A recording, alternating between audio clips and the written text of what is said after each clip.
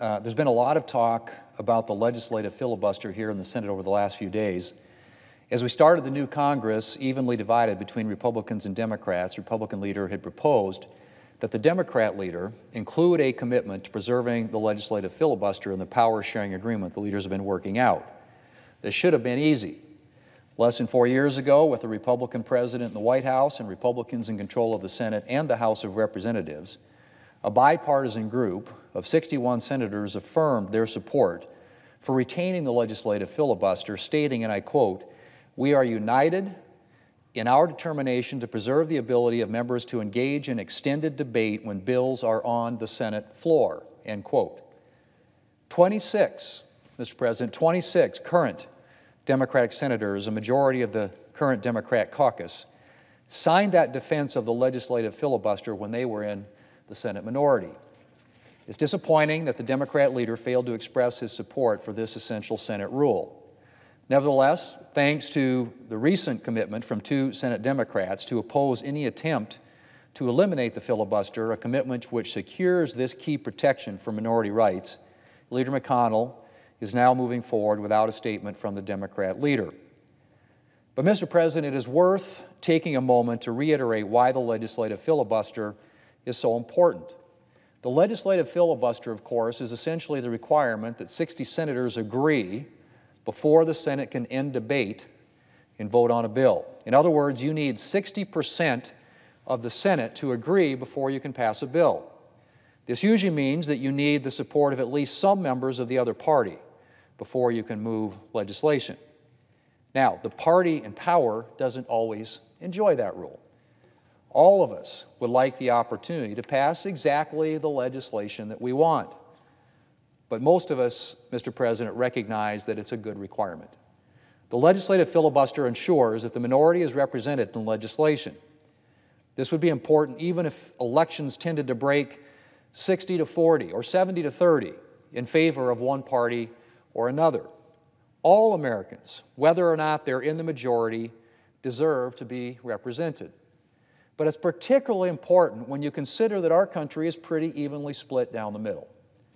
While the advantage sometimes goes to Democrats and sometimes to Republicans, the truth is that our country is pretty evenly split, which means any attempt to disenfranchise the minority party means disenfranchising half of the country. Now, of course, the party in power generally gets to accomplish more than the minority party, and that's appropriate. The country may be fairly evenly divided, but sometimes it wants to move more toward one side or the other. What is not appropriate is to eliminate meaningful minority representation, which would be the consequence of eliminating the legislative filibuster. Our founders recognized the importance of putting safeguards in place to ensure that majorities wouldn't curtail or eliminate minority rights. That's why the founders created the Senate. They made the Senate smaller and senators' terms in office longer, with the intention of creating a more stable, more thoughtful, and more deliberative legislative body to check ill-considered or intemperate legislation or attempts to curtail minority rights. And as time has gone on, the legislative filibuster is the Senate rule that has had perhaps the greatest impact in preserving the founders' vision of the Senate. Thanks to the filibuster, it's often harder to get legislation through the Senate than through the House. It requires more thought, more debate, and greater consensus. In other words, exactly, Mr. President, what the founders were looking for. Mr. President, I'm grateful to my Democrat colleagues who have spoken up about their commitment to preserving the legislative filibuster. Republicans were committed to protecting this vital safeguard of minority rights when we were in the majority, despite, I might add, the then President's calls repeatedly to eliminate it. And I appreciate that a number of my Democrat colleagues share that commitment. And I'm particularly grateful to the Senator from West Virginia and the Senator from Arizona for their uncompromising defense of minority rights and the institution of the Senate here in recent days. Again, however, I'm disappointed the Democrat leader chose not to express his support for this essential Senate rule.